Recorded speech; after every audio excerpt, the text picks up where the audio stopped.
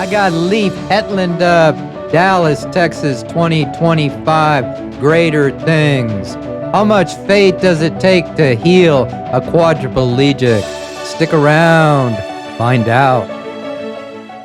I was looking all the way back, you saw the crowds, but it was a man earlier, he was holding up his son, and then he was putting him down on the ground and was holding up a wheelchair, holding up the son, holding up the wheelchair. And I was so heartbroken because I know he couldn't come up because there was literally thousands of people, as you saw, crushing the stage. And I knew I had less and less time, and the guards with guns and machine guns says, you probably have 5 more minutes. And if you don't get out of, we're grabbing you and we're getting you out of here because you're about to be crushed, you're about to die. And we cannot control the masses. And it's getting more and more intense, but I just wanted to touch one more. But I saw this father, I never forgot this father who, for the first time in his life, have heard the name of Jesus. He maybe knew Jesus was a prophet, but not that Jesus was alive, and had heard the story about this other quadriplegic and brought him to the meeting.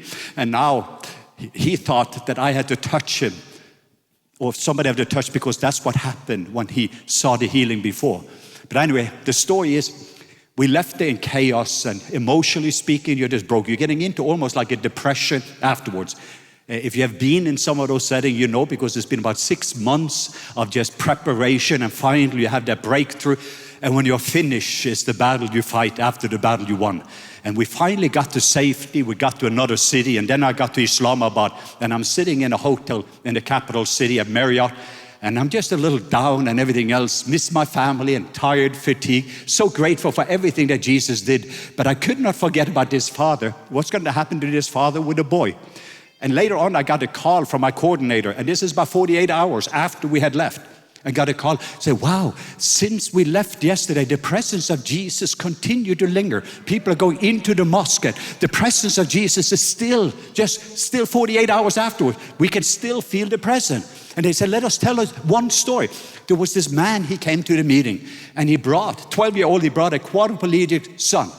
And he had taken him from home, and he was in the back, and he was holding up the wheelchair, and then he was holding up his boy, and he was holding it up, hoping.